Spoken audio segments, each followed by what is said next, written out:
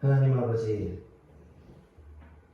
사랑하는 형제자매들 앞에서 주님의 말씀을 증거할 수 있는 기회를 주셔서 감사드립니다. 부족한 죄인이 주님의 말씀의 뜻을 잘 드러낼 수 있도록 인도하여 주시옵소서.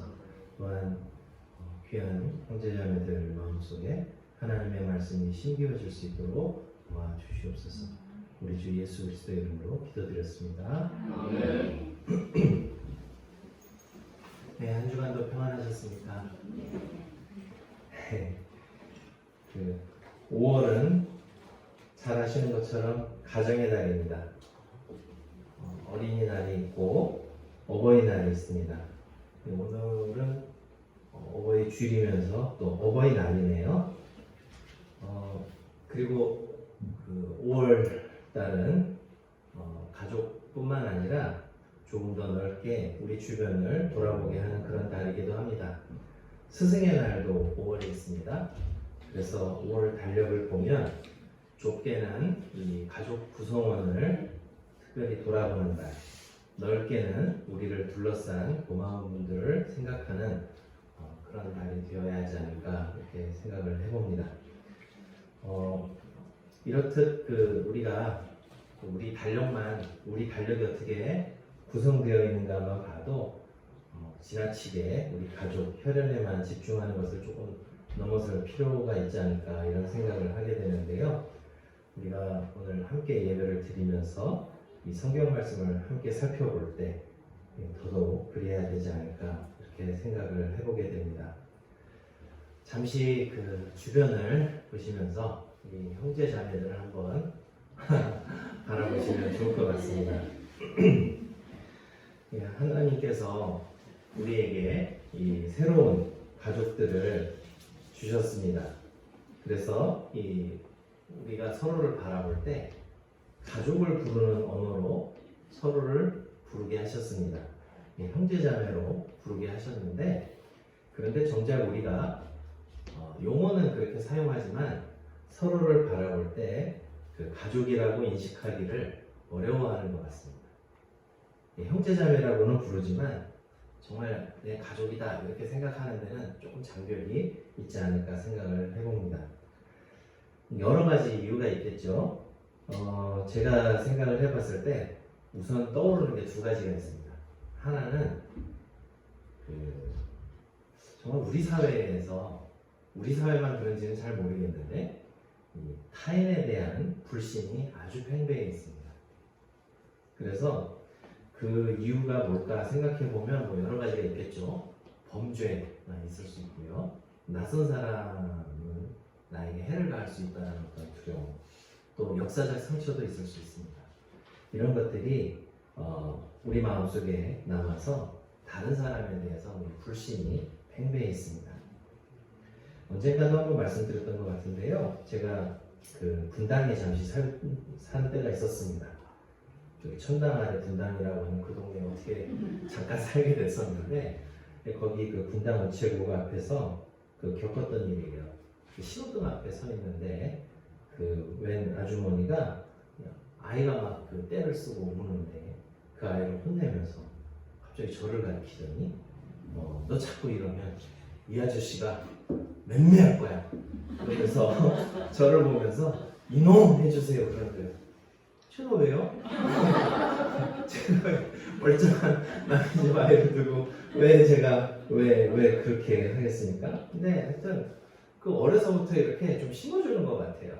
그래서 낯선 사람이 말 걸면 대답하지도 말라고 아이들한테 따라가면 큰일 난다 이런 것도 가르치기도 하고, 아마 이런 분위기가 우리 속에 좀 있다 보니까 다른 사람에 대해서 불신이 많이 있지 않을까 생각을 해보게 됩니다. 그리고 또 하나 생각나는 것은 우리 문화에 아주 뿌리 깊게 박힌 수직 구조를 생각해 볼 수 있죠. 우리의 전통 문화는 혈연을 중시하고 또 계급이나 직위를 아주 중시하는 그런 문화가 있습니다. 그래서 성경에서는 우리 서로를 향해서 형제자매로 부르라고 하지만, 사실 우리가 신앙생활을 하다 보면 형제자매로 부르는 것보다는 직분 위주로 부르는 것에 매우 익숙합니다.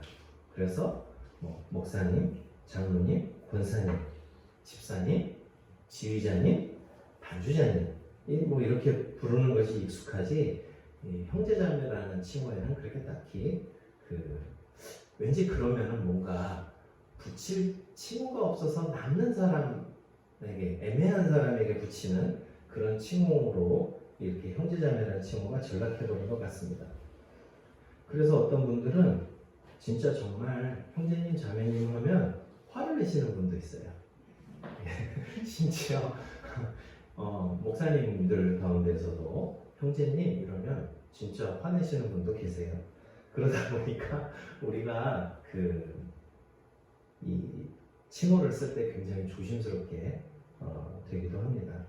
물론 이 오랫동안 사회 전반에 뿌리 박힌 이 관습을 한꺼번에 바꾸기는 참 어렵습니다. 그래서 괜히 그냥 또 그렇게 부르라 그냥 억지로만 이렇게 해가지고 나중에는 부를 말이 없어서 저기요 라고 하는 것보다는 그냥 익숙하고 편한 대로 부르는 것이 더 나을 수도 있습니다.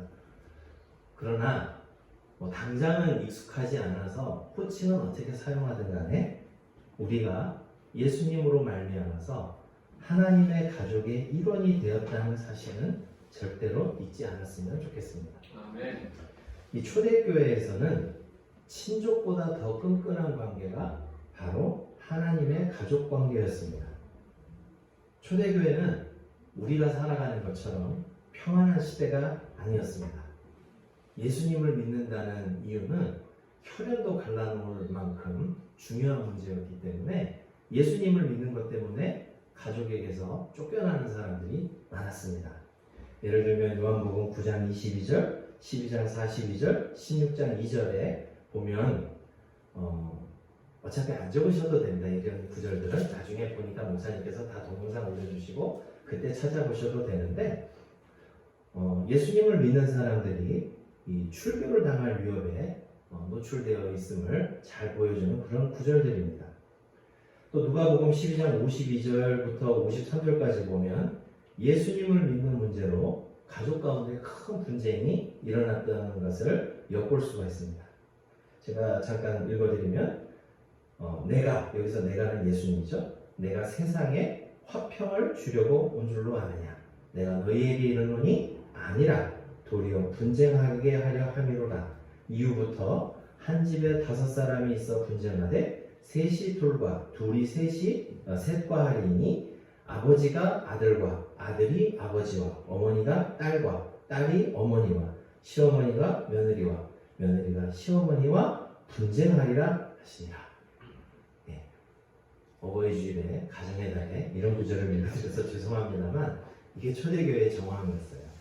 예수님을 믿는다는 이유만으로 이 불신 가족과 믿는 가족 사이에 큰 분쟁이 일어나고 그래서 심지어 쫓겨나고 우리식으로 얘기하면 호적에서 파버리는 일들이 빈번하게 일어났던 것이 초대교회의 모습이었습니다. 그래서 예수님을 믿는다는 이유 하나로 가족에게서 삶의 터전에서 쫓겨난 이들은 교회로 모여서 서로가 서로에게 가족이 되어 주었습니다.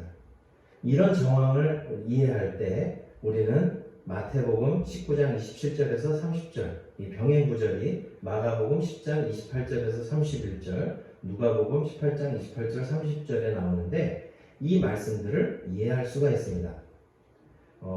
다 비슷한 내용을 기록하고 있기 때문에 제가 그 중에서 마가복음 10장 29절 30절만 읽어드리도록 하겠습니다.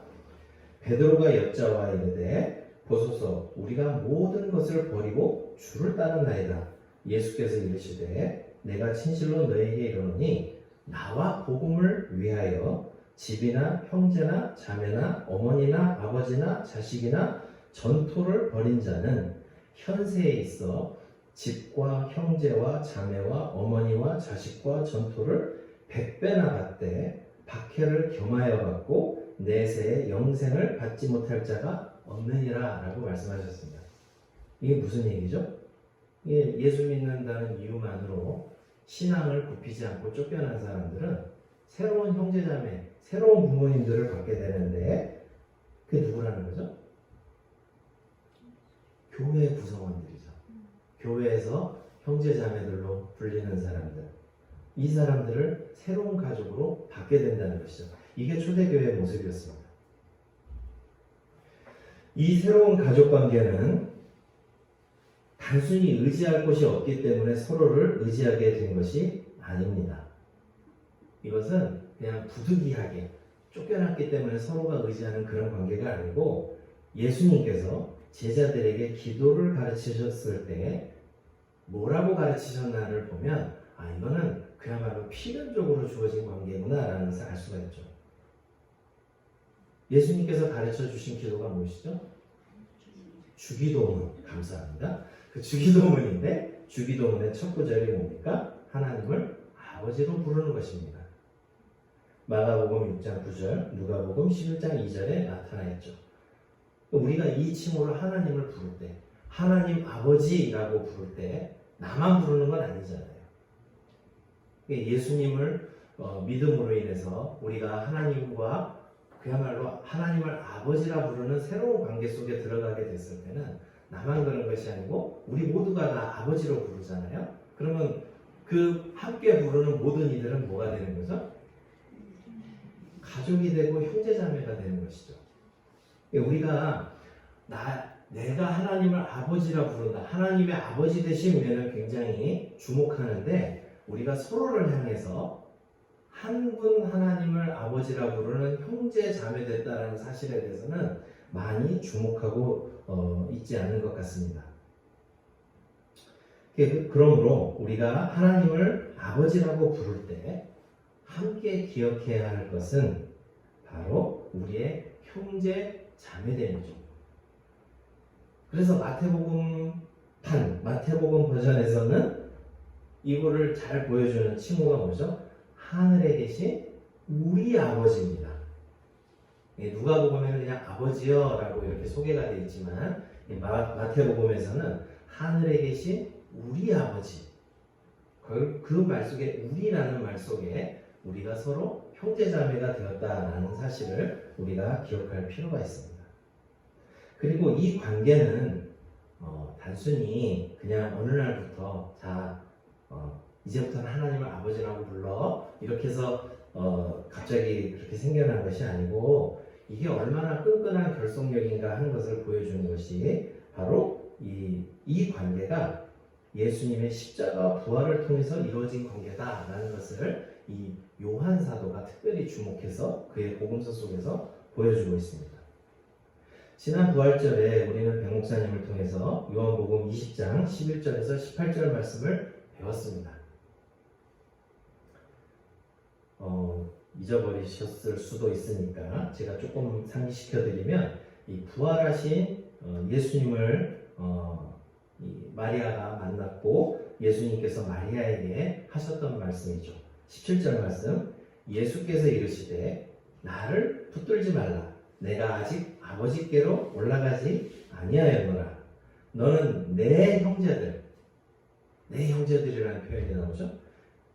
내 형제들에게 가서 내가 내 아버지 곧 너희 아버지, 내 하나님 곧 너희 하나님께로 올라간다 하나시.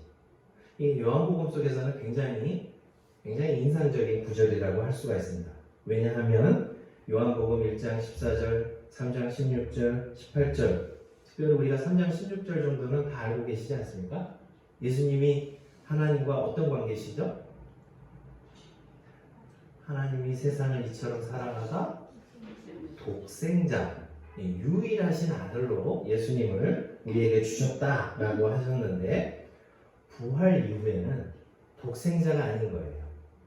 십자가와 부활을 거쳐서는 어떻게 돼요? 내 형제들에게 가서, 그렇죠? 내 형제들에게 가서 내가 내 아버지 곧 너희 아버지. 이전에는 예수님만이 하나님과 유일하신 관계 속에서 독생자라고 불렸지만, 십자가와 부활을 통해서 예수님도 새로운 형제를 얻게 됐다는 거예요. 그래서 내 형제들에게 가서 내 아버지 곧 너희 아버지, 내 하나님 곧 너희 하나님께로 올라간다 하시니. 근데 이 말씀이 언제 이루어졌냐면 십자가와 부활 이후에 되는 말씀이라는 것이죠. 결국 십자가와 부활을 통해서 우리는 이런 진한 혈연 관계 속으로 들어가게 됐다는 것을 요한 사도는 강조해서 알려주고 있는 것입니다. 그래서 우리에게는 자연적인 혈연 관계도 무척 소중하다고 할 수 있지만 예수님을 믿어 교회의 지체가 된 이들이 매우 소중하다라는 것을 우리는 알 수가 있습니다. 그야말로 십자가의 피로, 십자가와 부활을 통해서 우리는 모두 예수님의 피를 통해 혈연 관계가 된 사람들인 것이죠. 그럼에도 불구하고 이 사실을 받아들이는 것이 앞서 말씀드린 것처럼 상당히 어렵습니다. 그러다 보니 우리가 이 예수님의 피로 된 이 새 가족들을 여전히 대면대면 여기는 그런 풍조와, 그리고 이제 이것을 악용하는 사람들도 있었어요. 그래가지고는 그러면은 다 새 가족이라고 하니까 교회다 다 떠넘겨야겠다. 이 초대교회도 있었어요.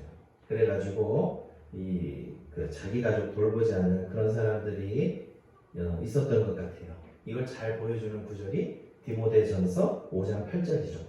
누구든지 자기 친족, 특히 자기 가족을 돌보지 않으면 믿음을 배반한 자요 불신자보다 더 악한 자니라. 이렇게 이제 말씀하는 것을 보면 초대교회에 이러한 것을 또 악용하는 사람들도 있었던 것 같아요. 그러다 보니까 이제 우리는 이 양쪽 극단, 어떤 극단이라고 했죠? 하나는 여전히 대면대면 여기는 좀 이렇게 거리를, 코로나도 아닌데 거리를 두는 이 거리두기를 알아서 자발적으로 실천하는 한 극단과 또 한 극단, 아예 그냥 자기 모든 걸 이렇게 다 떠안기는 이 양극단 속에서 치우칠 위험에 처해 있는데 우리가 그 어느 극단으로 치우쳐서는 안 되고 오직 주의 뜻을 쫓아 살아가야 할 것입니다. 그때에 참된 기쁨과 평화가 있습니다. 이것을 잘 보여주는 것이 바로 우리가 함께 읽은 오늘 본문인 것입니다. 오늘 본문에 보면 이 요한 사도께서 어느 가정교회에 속한 이들을 향해서 말씀하시는 내용이죠. 이 긴 편지 중에 이제 4절부터 6절까지만 읽었습니다만은 여기에서도 이제 일단 드렸던 내용들이 잘 드러나 있는 것을 볼 수가 있죠. 4절 말씀에 보면 너희 자녀들 중에 우리가 아버지께 받은 계명대로, 여기 아버지께 받은 계명대로라는 표현이 나오는데 그게 뭐죠? 하나님을 아버지로 둔 가족관계라는 것을 분명히 하는 것을 볼 수가 있죠. 한 하나님 아버지 밑에서 형제 자매된 관계라는 것을 보여주고 있습니다. 그런데 이 가족관계 속에서 요한 사도께서는 큰 기쁨을 발견하셨습니다. 그게 이제 어디에 나오냐면 4절 말씀이죠. 앞서 말씀드린 것처럼 너의 자녀들 중에 우리가 아버지께 받은 계명대로 진리를 행하는 자를 내가 보니 심히 기쁘도다 라고 되어 있습니다.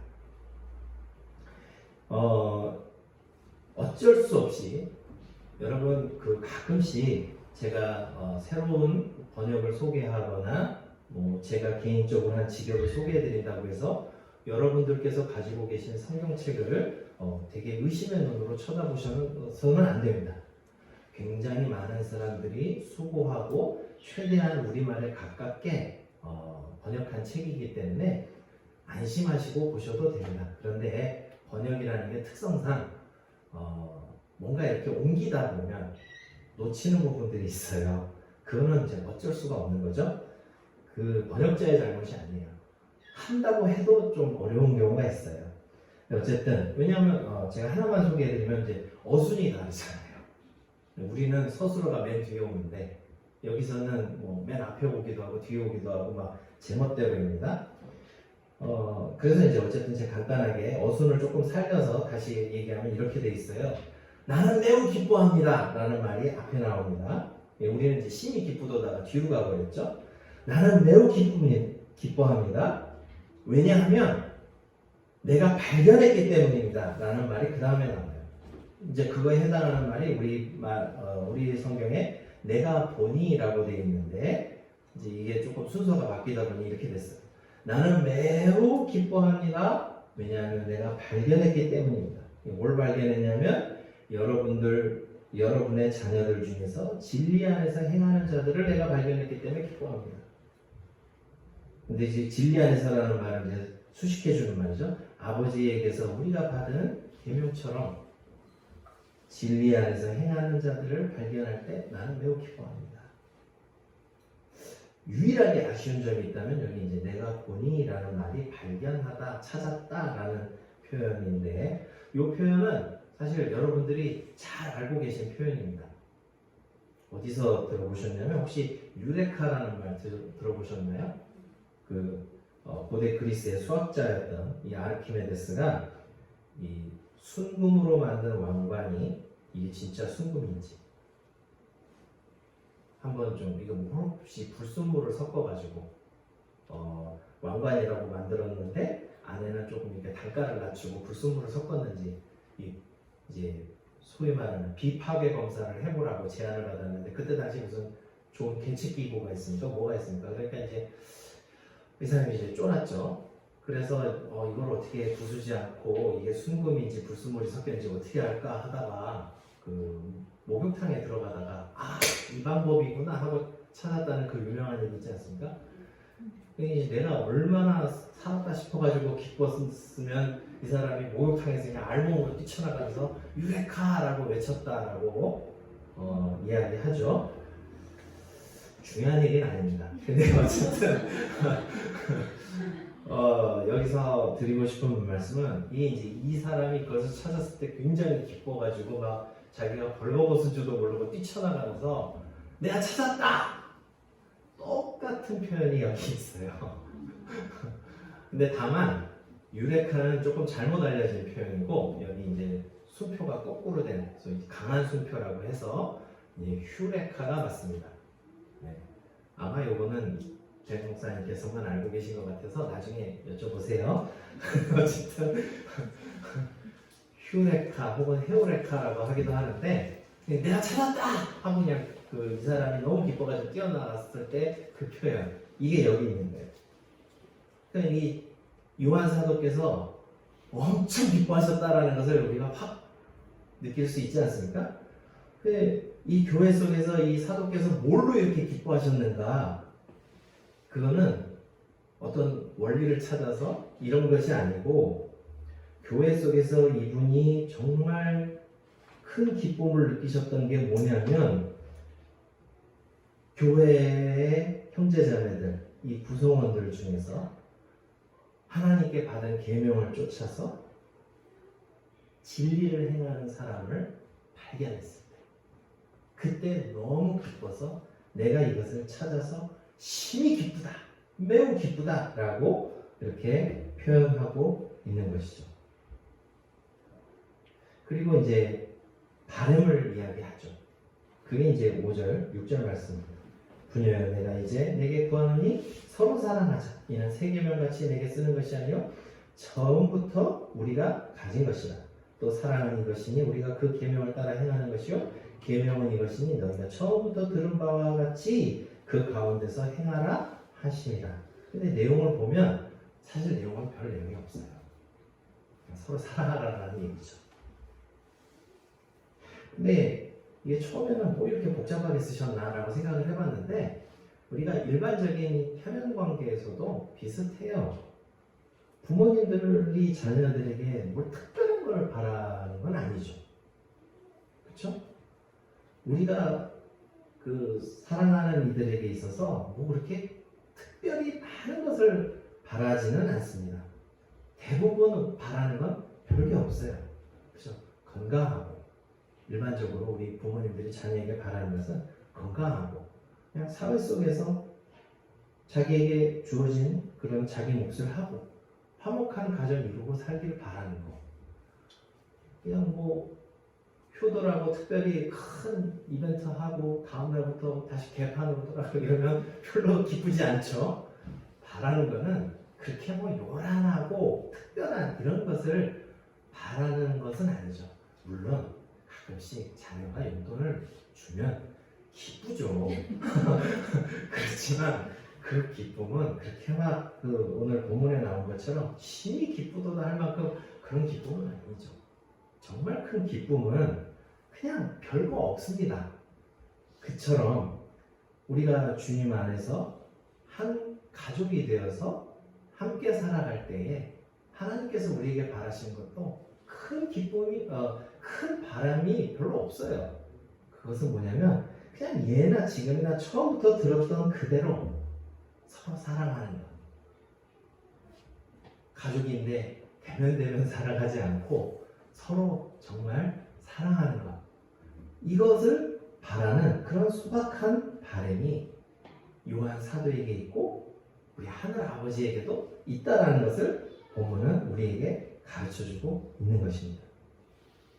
그래서 우리가 5월 가정의 달, 특별히 어버이 주일을 맞이해서 우리가 조금 생각해 볼 것은 우리는 육신의 부모님에게도 정말 그 은혜에 보답하고 감사하는 그런 생활을 그런 날을 만들고 또 그런 생활을 해야겠지만 우리 하늘 아버지를 기쁘시게 하는 것이 무엇일까? 그것은 우리가 서로 사랑하는 것. 저는 이 새로운 가족됨에 대해서 다른 사람들보다는 조금 느끼는 것이 많습니다. 저는 외아들로 자랐습니다. 친척들도 많지가 않아요. 그래서 물론 이제 몇 없는 친척들 가운데서도 사랑을 받고 자라왔지만 제가 지금까지 지내오면서 돌이켜보면 예수님을 믿고 그 가운데서 만난 형제 자매들을 통해서 참 많은 사랑을 받아왔다고 생각하고 감사하고 있습니다. 가끔씩 돌이켜보면 분에 넘치는 사랑을 받았던 것이 아닌가. 그래서 정말 자다가도 기도가 나올 때가 있어요. 그런데 어떻게 가끔은 조금 삐딱한 생각이 들 때가 있는데 그것은 내가 목사가 되었기 때문에 조금 이런 사랑을 받는 것이 아닌가. 그래서 한편으로는 죄송스럽지만 한편으로는 안타까움도 있어요. 왜냐하면 하늘아버지께서 원하시는 것은 무엇이냐 하면 바로 우리가 서로 사랑하는 것이기 때문입니다. 어떤 특정한 직분자에게만이 아니라 서로가 서로에게 대해서 혈육관계를 넘어선 좋은 가족이 되어주기를 바라는 그 하나님의 마음을 생각하면 조금은 이제 좀 속된 말로 과도하게 몰빵된 사랑을 받고 있는 것이 아닌가 해서 한편으로는 정말 마음이 울컥할 정도로 감사하면서 울컥이라는 말을 그때 쓰면 안 되겠네요. 뭉클할 정도로 감사하면서 한편으로는 조금 아쉬움이 남는 그런 경우가 많이 있습니다. 앞서도 말씀드린 것처럼 우리가 하루아침에 우리가 가졌던 이 모든 기존의 생각들을 단번에 뛰어넘기는 참 어렵습니다. 하지만 하나님께서 예수님의 십자가와 부활을 통해서 서로를 가족으로 만들어 주셨는데 그러면 정말 사랑하는 참 가족이 되기 위해서 주님 다시 오실 그날까지 조금씩 더 가까이 다가서고 사랑하는 모습이 우리 속에 더욱더 나타나기를 그런 바람이 제게는 있습니다. 그럴 때에 교회에서 사역하는 사역자들이 자다가도 벌떡 일어나서 기쁨 속에서 휴레카를 외칠 수 있는 그런 교회가 우리가 되지 않을까 생각하고요.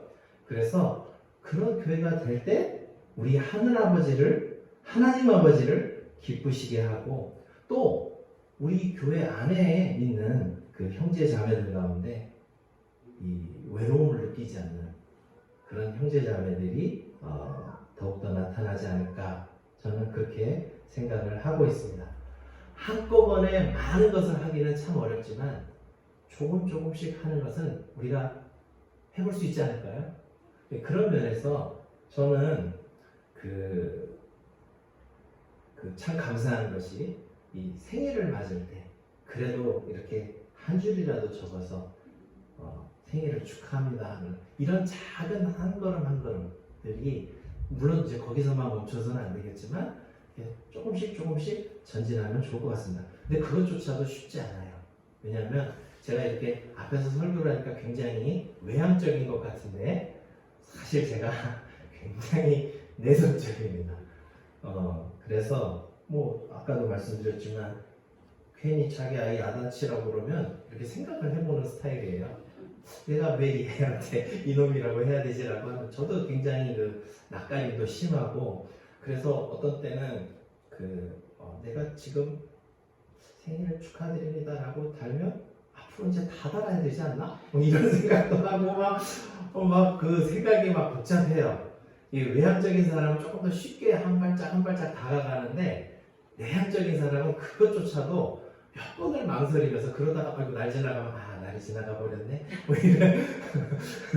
이런 경우가 있어요. 그렇지만 우리가 많이 표현하든 적게 표현하든 서로를 맞이할 때 작은 사랑의 표현, 따뜻한 인사, 미소 한 번이라도 우리가 조금씩 가까이 다가서는 그것조차도 너무 힘드시면 기도할 때 서로를 떠올리면서 한 사람 한 사람씩 기도하는 그런 모습들이 우리 가운데 가득해져서 뭐 우리가 화끈하게 다 표현을 다 하고 살지는 못한다 할지라도 그래도 내가 이 교회 다니면서 그래도 우리 교회에는 나를 사랑하는 사람들이 있구나 라는 마음으로 가슴속에 이 기쁨이 가득할 때 그때 누가 기뻐하신다고요?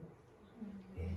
함께 동역하는 사역자들도 내가 심히 기쁘도다 할 정도로 기쁨이 넘치고 무엇보다 하늘에 계신 우리 아버지께서 굉장히 기뻐하신다라는 사실을 기억하시면서 우리가 조금씩 믿음의 분량대로 주님을 기쁘시게 하는 일에 전진해 나가는 저와 여러분 되시기를 주님의 이름으로 축원합니다. 같이 기도하겠습니다. 하나님 아버지, 우리에게 그 무엇보다 귀중한 예수 그리스도의 죽으심과 부활을 통해서 새로운 가족들을 주심을 인하여 감사드립니다. 우리가 서로를 더욱 깊이 사랑하고 기도하고 붙들어 줄 수 있는 또 사랑을 실천할 수 있는 우리 모든 믿음의 가족들이 될 수 있도록 인도하여 주시옵소서. 우리 주 예수 그리스도의 이름으로 기도드렸습니다. 아멘.